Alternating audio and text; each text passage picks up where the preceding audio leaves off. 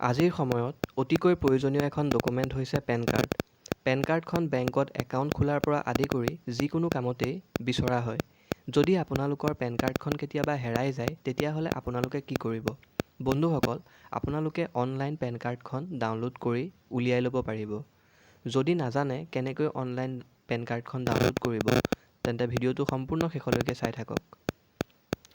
Online PAN কাৰ্ডখন download কৰিবৰ কাৰণে আপোনালোকৰ মোবাইলত যিকোনো এটা ব্ৰাউজাৰ অ'পেন কৰি ল'ব। মই ক্ৰোম ব্ৰাউজাৰটো অ'পেন কৰি লৈছোঁ। ব্ৰাউজাৰটো অ'পেন হোৱাৰ পিছত চাৰ্চ বাৰত চাৰ্চ কৰিব download e-PAN. Download e-PAN search কৰাৰ লগে লগে এনেধৰণে আহিব ই-পেন কাৰ্ড ডাউনলোড, প্ৰথম অপশ্যনটো।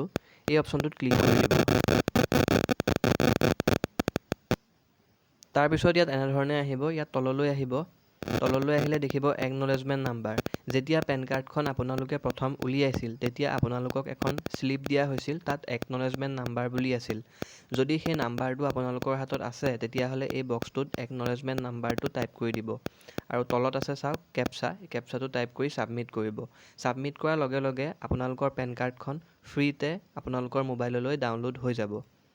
বন্ধুসকল, যদিহে আপোনালোকৰ একনলেজমেণ্ট নাম্বাৰটো নাই, তেতিয়াহ'লে কি কৰিব? তেতিয়াহ'লে আপোনালোকে চাওক ডাউনলোড ই-পেন বুলি চাৰ্চ কৰিব। চাৰ্চ কৰাৰ লগে লগে এনেধৰণে আহিব চাওক। প্ৰথম অপশ্যনটো নহয়, ছেকেণ্ড অপশ্যনটোত চাওক ডাউনলোড ই-পেন কাৰ্ড NSDL। এই অপশ্যনটোত ক্লিক কৰি দিব, ছেকেণ্ড অপশ্যনটোত। ছেকেণ্ড অপশ্যনটোত ক্লিক কৰাৰ পিছত ইয়াত চাওক আছে ৰিকুৱেষ্ট ফৰ ই-পেন কাৰ্ড। ইয়াত তললৈ আহিব। তললৈ আহিলে এইখিনি পঢ়ি চাব পাৰে আপোনালোকে। আৰু ইয়াত আছে চাওক charge applicable for download of e-PAN card is ₹8.26। আপোনালোকে 8 টকা এটা দিব লাগিব এই পেন কাৰ্ডখন ডাউনলোড কৰিবৰ কাৰণে। একনলেজমেণ্ট নাম্বাৰটো থাকিলেতো আপোনালোকে পইচা দিব নালাগে, যদিহে নাথাকে তেতিয়াহ'লে আপোনালোকে 8 টকা এটা ভৰিব লাগিব। ইয়াত আপোনালোকে আপোনালোকৰ পেন কাৰ্ডৰ নম্বৰটো নিশ্চয় মনত থাকিবই। ইয়াত সেই পেন কাৰ্ডৰ নম্বৰটো টাইপ কৰি দিব। তলত আপোনালোকৰ আধাৰ নম্বৰ আছে, আধাৰ নম্বৰটো টাইপ কৰিব। তাৰপিছত ডেট অফ বাৰ্থটো টাইপ কৰিব। আৰু এইটো GSTN, এইটো নালাগে, এইটো এৰি দিব। তাৰ তলত আছে চাওক এই টিকটো, ইয়াত টিকটোত আপোনালোকে ক্লিক কৰি পেলাই তললৈ আহিব। কেপচাটো ইয়াত ছাবমিট টাইপ কৰি ছাবমিট কৰিব। ছাবমিট কৰি দিয়াৰ লগে লগে আপোনালোকক নতুন এটা উইণ্ড'লৈ লৈ যাব। মই দেখাই দিম। ছাবমিট কৰাৰ লগে লগে এনেধৰণে আহিব। পেন কাৰ্ডৰ আপোনালোকৰ নম্বৰটো আহিব, তাৰপিছত আপোনালোকৰ মোবাইল নাম্বাৰটো আহিব আৰু ইমেইল আইডিটো আহিব। ইয়াত আপোনালোকক চিলেক্ট ফ্ৰম বিল' অপশ্যনটো ৰিচিভ OTP এটা যাব। OTPটো আপোনালোকে ক'ত ৰিচিভ কৰিব বিচাৰিছে। যদি ইমেইল আইডিটো টিক কৰিব। যদি মোবাইল নাম্বাৰত, তেন্তে মোবাইল নাম্বাৰত টিক কৰিব। আৰু ব'থ হ'লে, দুইটাতে হ'লে ব'থ টিক কৰিব। মই মোবাইল নাম্বাৰটোত চিলেক্ট কৰিছোঁ। তাৰপিছত ইয়াত টিক কৰিব। ইয়াত জেনেৰেট OTPত ক্লিক কৰি দিব। জেনেৰেট OTPত ক্লিক কৰি দিয়াৰ লগে লগে আপোনালোকৰ ৰেজিষ্টাৰ্ড মোবাইল নাম্বাৰটোলৈ এটা OTP আহিব। মোৰ আহি গৈছে। OTPটো ইয়াত টাইপ কৰি দিব। OTPটো টাইপ কৰাৰ পিছত ভেলিডেট অপশ্যনটোত ক্লিক কৰি দিব। অপশ্যনটোত ক্লিক কৰাৰ লগে লগে অলপ টাইম ৱেইট কৰিব। এনেধৰণে আহিব চাওক এইটো ফিজ ইনক্লুডিং GST 8 টকা আপোনালোকে ইয়াত পে' কৰিব লাগিব।